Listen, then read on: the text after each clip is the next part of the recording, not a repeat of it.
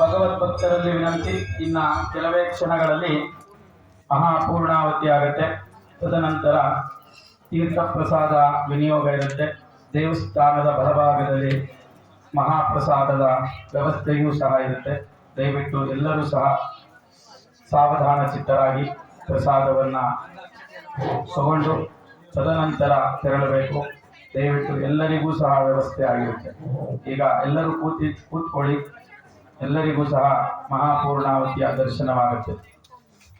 ಎಲ್ಲ ಕೂತ್ಕೊಳ್ಳಿ.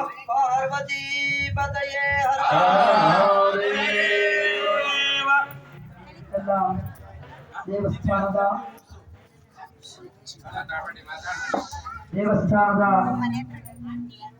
ಆಚಾರ್ಯರು ಶ್ರೀಪಾದ ಕೊಟ್ಟು ಬರಬೇಕು.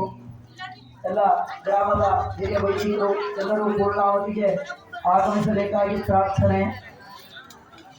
ವಿಶೇಷವಾದಂತಹ ಈ ಒಂದು ಮಂಗಳಮಯ ಕಾರ್ಯಕ್ರಮ ಮನುಷ್ಯ ಶಾಶ್ವತವಲ್ಲ, ಕ್ರಿಯೆಗಳು ಕರ್ಮಗಳು ಶಾಶ್ವತ.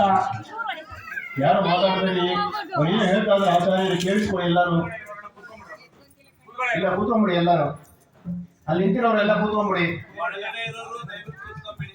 ಕೂತ್ಕೊಂಡ್ಬಿಡಿ. ಆ ಕಡೆ ಕೂತ್ಕೊಂಡ್ಬಿಡ್ರಮ್ಮ. ನೀವು ಹಾಕ್ಬೇಡಿ, ಅವ್ರು ಹಾಕ್ತಾ ಇರಲಿ. ಆ ಕಡೆ ಯಾಕೆ ಎಲ್ಲರೂ ಕುಡಿಯಲ್ಲಿ ಎಲ್ಲ ಕೂತ್ಕೊಂಡ್ಬಿಡಿ. ಅಲ್ಲೇ ಎಲ್ರಿಗೂ ಕಾಣಿಸುತ್ತೆ. ಹಿಂದ್ಗಡೆ ಕೂತಿರೋರ್ಗೂ ಕಾಣಿಸ್ತಾ ಇರ್ತೀವಿ. ಎಲ್ಲರೂ ಅನ್ನಾದ್ಭವಂತಿ ಭೂತಾನಿ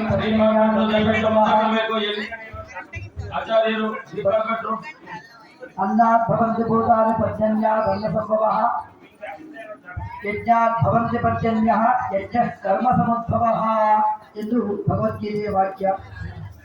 ಎಲ್ಲ ಜೀವಿಗಳು ಕೂಡ ಚೆನ್ನಾಗಿ ಜೀವನ ಮಾಡಬೇಕು ಎಂದಾದರೆ ಆಹಾರ ಬೇಕು. ಆಹಾರ ಇಲ್ಲ ಅಂತಾದರೆ ಪ್ರಪಂಚದಲ್ಲಿ ಜನಿಸಿದ ಪಕ್ಷಿ ಪ್ರಾಣಿಗಳು ಅಥವಾ ಯಾವುದೇ ಮಾನವನು ಕೂಡ ಜೀವನ ಮಾಡಲಿಕ್ಕೆ ಸಾಧ್ಯವಿಲ್ಲ. ಆ